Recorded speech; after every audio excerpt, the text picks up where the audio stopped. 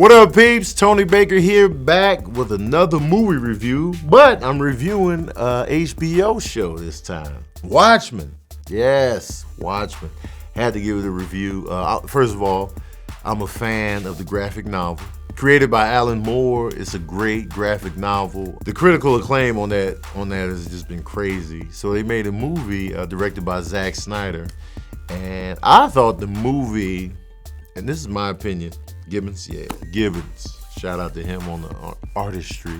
I'm a fan of the Watchmen movie. A lot of people overlooked it. It made over 100 million, but compared to the budget, it wasn't seen as a hit. But I thought it was great how he stuck to the original book. It was like a change at the end, which I kind of get visually. And I feel like the change that they made in the movie was actually pretty dope. And it just stayed true to the source material. As much as I love the X-Men and like stuff like that, they don't stay true to the source material. They'll pick here, pick there, but they're scared to just like stay completely true to the source material. And the Watchmen movie did that. They stayed true to the source material more so than I've seen with any comic book, movie. And I was like, yes. Visually, it was dope. The characters were dope. The action was dope, and I enjoyed it. So when I heard that they were making a series for it on HBO, I was like, oh, okay. I'm curious to see, because if you watch the movie, you wonder what happened after, because they left you a little nugget at the end, or Rorschach's diary, and you wonder how that affected the world. They never really go into that. So it's good to see how the events of the Watchmen film play out in the after. And that's what this series focuses on. They go back and forth in time a lot, because the first episode opens up with the Tulsa riots, they like to call it. It was a goddamn massacre in real life that nobody really talks about in American history. And it opens with that. So immediately it got my attention, because I was like, yes, let's talk about this Tulsa incident. But they pretty much, and if you're not familiar with the Tulsa riots, it involves a prosperous black community in Tulsa, Oklahoma, the Greenwood District. They call it the Black Wall Street because they were fully independent within their own little neighborhoods. The dollar was getting circulated all throughout. It was prosperous. And then, they just came in and pretty much destroyed the town. Nobody talks about it. Like, when you look it up, you'll be like, yo, I can't believe this happened in America. I can believe it, but a lot of people don't know about it. And so I'm glad they put that in there. The cast is led by Regina King, and she's living in a world now where the cops have to pretty much wear masks because they're out here killing police, and you got this whole crew that Rorschach's diary really affected them, so they out here with the Rorschach mask and just hiding, and there's some, white supremacy involved in there. It's a lot going on. It's a lot of juiciness going on, but this is the world that has been since the events of the Watchmen film. Dr. Manhattan, he left, he's on Mars, so the world is like, oh, he left, so he can come back at any time. Nobody knows. And it took me a while to get into what was really going on in the Watchmen. I was like, what's happening here? I was intrigued, but at the same time I was like, okay, are they gonna incorporate more of the characters that we were introduced to in the film? Is it gonna, really connect to the film, and how so?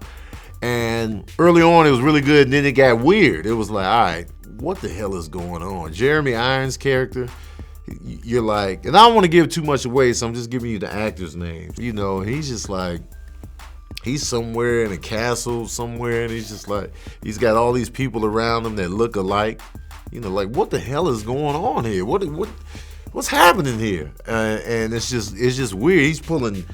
He's pulling babies out of the water, and he's just like, what the hell am I watching? And his storyline was the weirdest to me. I was just like, what the hell is he doing?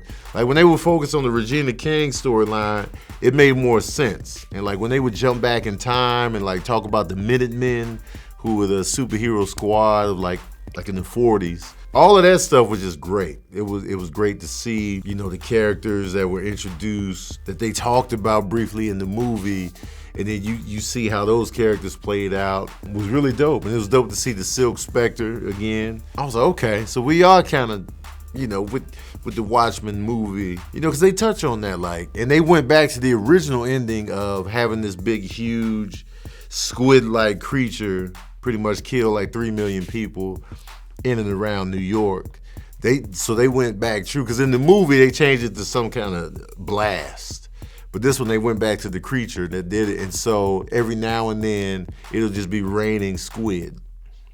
And this kind of keeps people, in line of like, because what happened in the movie, a lot of people haven't even watched the movie. It was like this character named Vite, who's the smartest man in the world. He can also kick butt. He thought it would be a great idea because the world was coming to a head with Russia and the U.S., and there was about to be a nuclear war.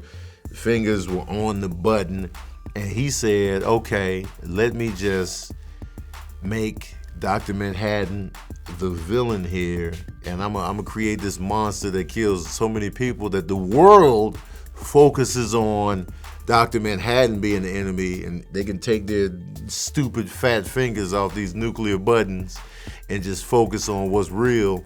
And so that was Vite's plan, and it worked. He prevented a nuclear war. He sacrificed 3 million lives to save billions. That's how he looked at it. That's a cold decision for him to make, but that's what he did. And so the squids rained down to kind of keep the world in check that maybe this could happen again. Another monster can be dropped at any point in time. And that's a stressful way to, man, can you imagine? A giant squid pops up, kills 3 million people, gets the hell out of there.